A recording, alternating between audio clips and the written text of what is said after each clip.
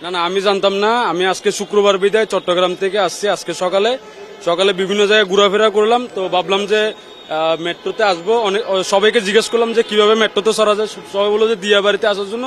দিয়াবাড়ি থেকে আমি মেট্রো এই কাউন্টারে খুঁজতে খুঁজতে আসলাম। আসার পর দেখি যে বন্ধ। তো আমি যে চট্টগ্রাম থেকে আসলাম শুধুমাত্র মেট্রোতে ওঠার জন্য। আমি এখান থেকে মেট্রোতে উঠবো, আপনার লাস্ট স্টপেজে নামবো, হয়তো বা কমলাপুর বা যেখানে নামায় ওখানে নামবো। ওখান থেকে আমি সায়দাবাদে একটা গাড়িতে উঠে আমি আবার চট্টগ্রাম ব্যাক করবো, কালকে অফিস আছে। তো এখন এখানে আসার পর দেখি যে মেট্রো রেল বন্ধ।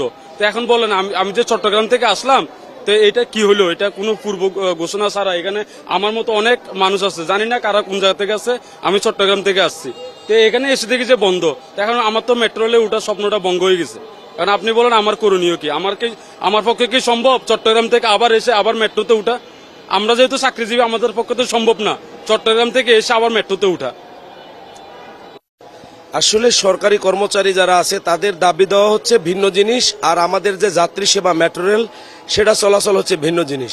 তাদের দাবি দেওয়া থাকতেই পারে, কিন্তু মেট্রো রেলকে স্বাভাবিকভাবে চলাচল রেখে তাদের যৌক্তিক দাবি নিয়ে যদি তারা কথা বলে তাহলে আমাদের কোনো আপত্তি নেই।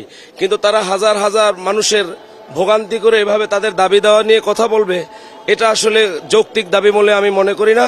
এবং তাদের এই আন্দোলন স্থগিত করে আমাদের সাধারণ মানুষের ভোগান্তি দূর করার জন্য মেট্রো রেলকে চালু রাখার জন্য আমি জোর আবেদন জানাইতেছি।